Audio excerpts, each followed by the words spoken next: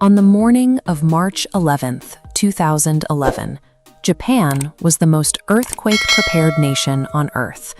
Coastal communities lived behind massive seawalls, supported by a network of automated emergency systems.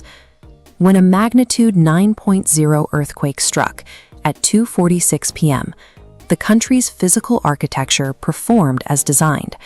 Seismometers detected the tremors instantly, and modern buildings swayed to absorb the energy rather than collapsing. Evacuation protocols began immediately. Across the northeastern coast, sirens sounded and authorities directed residents toward designated higher ground as part of a well-rehearsed standard procedure. But the shaking ground was only the first stage of the disaster. Deep beneath the surface of the Pacific, a massive displacement of water was already forming. Japan had engineered its entire society to withstand a shaking earth.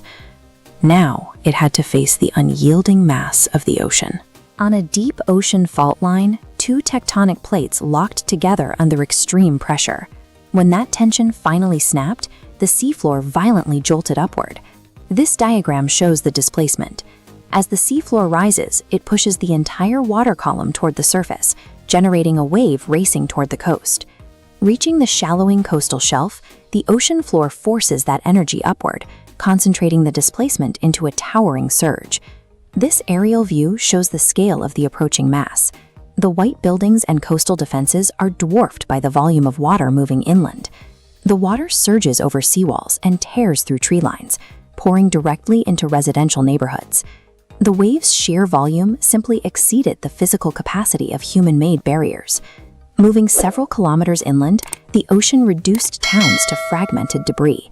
In minutes, neighborhoods were transformed into dense piles of wood, roofing, and household remnants. Survivors had almost no time to react. Immediately after the surge, they had to navigate a landscape of mud and wreckage to reach safety. The most critical test of resilience occurred at the Fukushima Daiichi nuclear power plant. While the earthquake triggered an automatic shutdown of the reactors, the subsequent floodwaters submerged the plant's backup cooling systems. Without cooling, the plant entered a state of emergency. Over the following days, the failure of these technical systems forced a massive civilian evacuation of the surrounding region. A single surge of seawater had bypassed the nation's most advanced safety technology. Nearly 20,000 people died or went missing. In the decades since, the coastline has been rebuilt, with many former residential port areas replaced by large-scale solar arrays. Recovery has been a long process of mourning and reconstruction.